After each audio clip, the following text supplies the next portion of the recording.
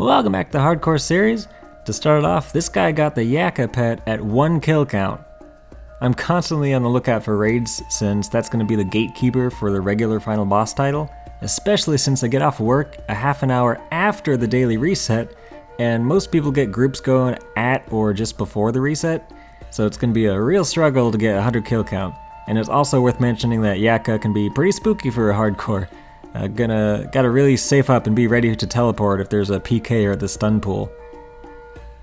Started grinding glazurs for the Armado Battlestaff EOF, got 1 pair of steadfast boots, and then I got a second pair. And they're not exactly useful, but I might as well keep them in the bank in case they become useful in a future update as consumable items or something.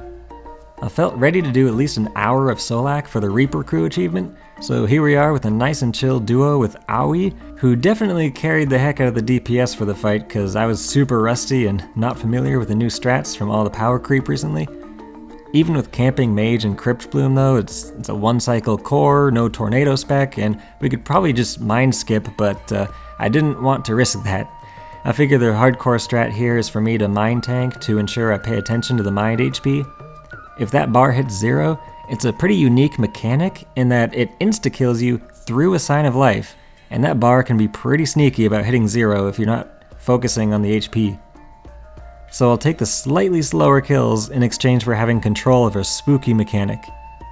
And there we go, Shard of Armadale number 100, which means I am done here. It's Lost Lands and Dungeons. 100 Shards of Armadale. That was a 32 shard trip. I stayed here for like 4 hours or something. But man, I swear, they can they know when you're almost done with these grinds on you need to get a ton of drops that are relatively common. They just know, and they make them more rare towards the end. Like, that, you just get so many fewer, it feels like. But there we go, 100 combined Shards of Armadale, no warning or anything. Orb of Armadale created, which means I can get that Armadale Battle Staff EOF, which is just great to synergize with the Fracture Staff of Armadale. Finally. And that was at 1,040 glazur kills, so I think that's pretty much average, like 40 kills above the average to get 100, so not bad. I'll take it.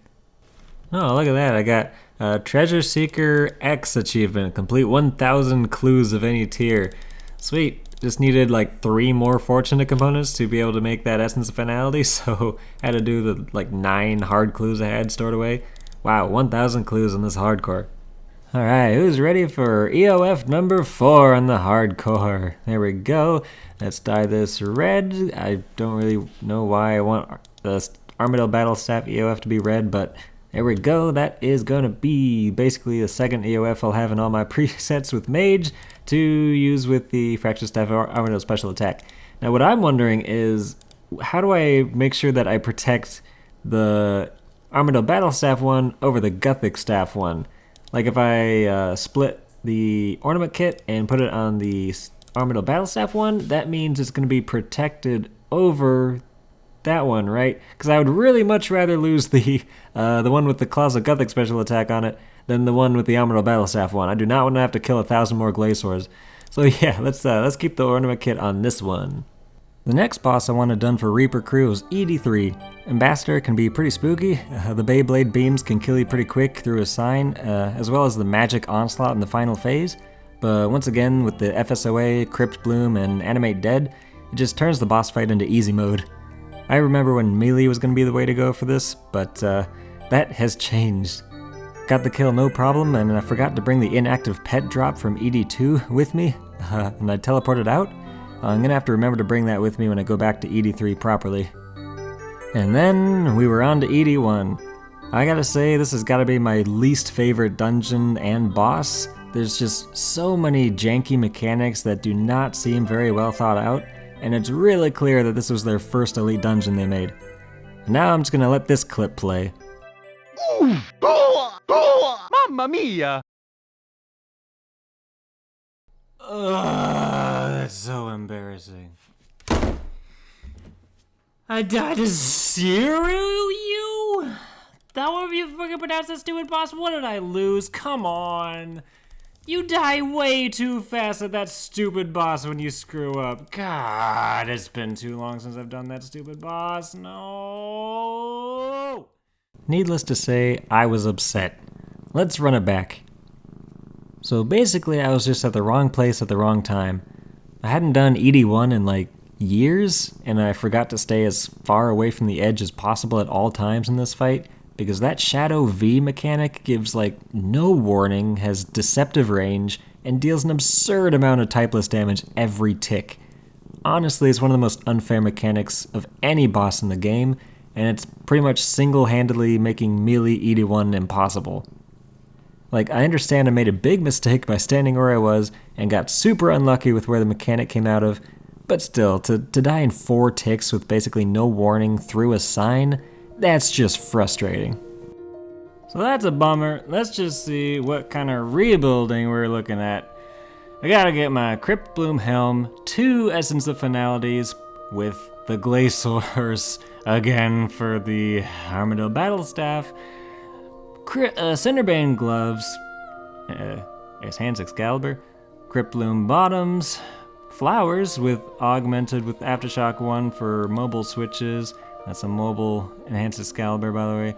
3 Grasping Rune pouches with like 16,000 runes in each. That's gonna be like 15 hours of rune crafting.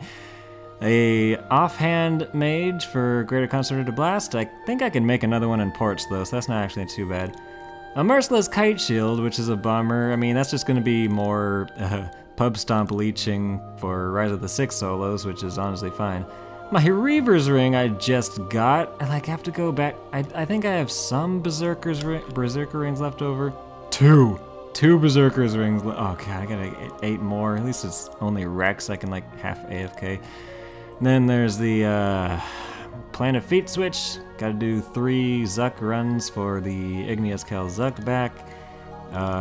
Blasty Boots, the enhanced ones are gone, so, I mean, that's not too much of a loss. I have 4 dupes of Blasty Boots, and that's why you don't drop trade dupes on a hardcore, because these things can happen.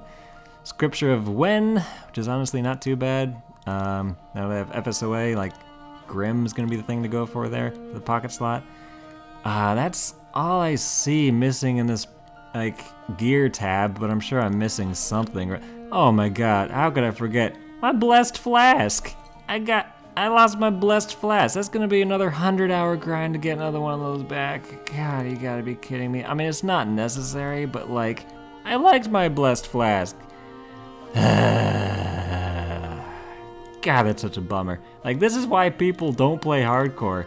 Like, this is just the day that you dread. You lose, like, all hundreds of hours of gear progress and you gotta rebuild, and it just makes you want to quit the game, but like, you just gotta go back, get the gear back, and not die again. That's 1 out of 3 lives. Gone.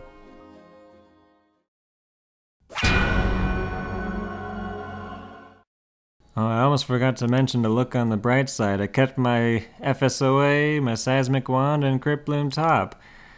I should have had Protect Item on. I don't know what I would have protected. Probably either Crypt Bloom Bottoms or an EOF. But, yeah, you should probably have Protect Item on when you're doing sketchy things on the hardcores. Not that much prayer loss, and it could save you multi-hour grinds. The world ain't all sunshine and rainbows. It's a very mean and nasty place, and I don't care how tough you are, it will beat you to your knees and keep you there permanently if you let it.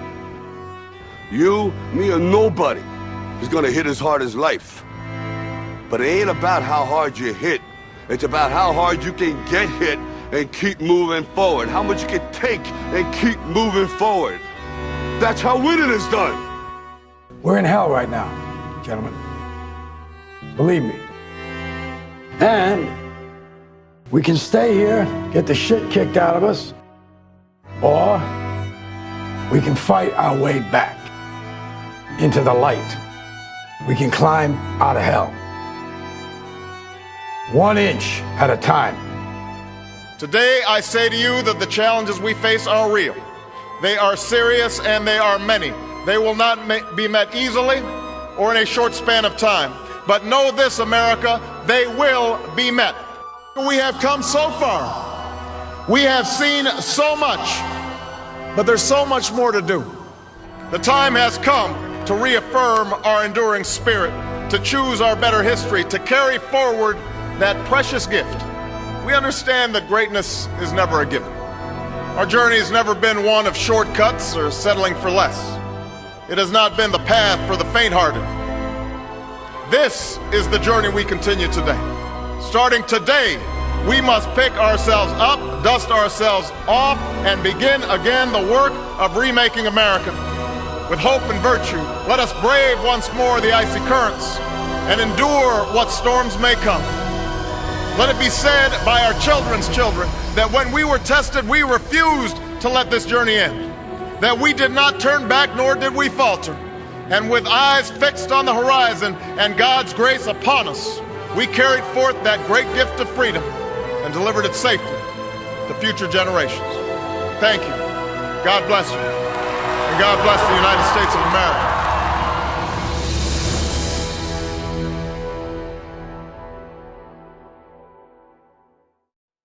Oh, oops, I was just double checking at Mr. X to see if I had already unlocked the second Hardcore Life, but I guess I hadn't bought it yet, so cool. Let's go ahead and buy that for 10 mil coins. I was going on 0 lives there for a second there, and apparently I've survived Hardcore Ironman for 5 years. That's a ironic message to give me right now, but cool. That's a broadcast, I guess, and I get the like gold trimmed Hardcore Ironman like armor override. So that's neat. I'm no longer on my last legs because I bought the second life. Got a quick kill of the Chaos Elemental for the first kill on the account. This boss is going to be so much safer to camp for the pet since the Wilderness update.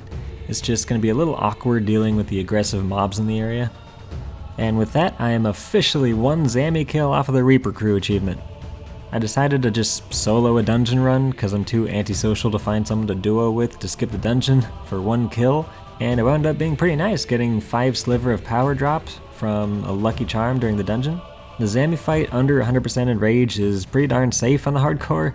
The only mechanics that can do enough to kill you through Crypt Bloom and stuff gives you plenty of warning and opportunities to stop it, and there's nothing that would kill you quickly after popping a Sign of Life, like the mechanic at CRU. I also practiced a few kills on Pub Stomp at 50% in rage just to be safe. Got the kill easy peasy. Didn't get a drop, of course, but that means I've unlocked the Reaper Crew achievement on the hardcore. So I'm no longer going to be the guy in the group interface showing 9,900 life points like a scrub. I also got +2 prayer bonus and +12 bonuses for all styles, which is not exactly noticeable, but it's not nothing. To wrap up the rebuild progress for this episode, I got the other 2 Kiln Capes and did a couple more Zuck runs to remake the Tribrid Zuck Cape. It feels so much better to have that back. And taking a look at the rest of the gear left in the rebuild, we're getting there. Next episode, I'm sure I'll still be going for the Crypt Bloom legs, the Reaver's Ring, Cinderbanes, and the Merciless Kite Shield at least. And then there's the Blessed Flask. I'm starting a software engineering boot camp, so I figure I might as well AFK progress towards my Blessed Flask while I'm doing that. Anyway, thanks for watching, and see you next time.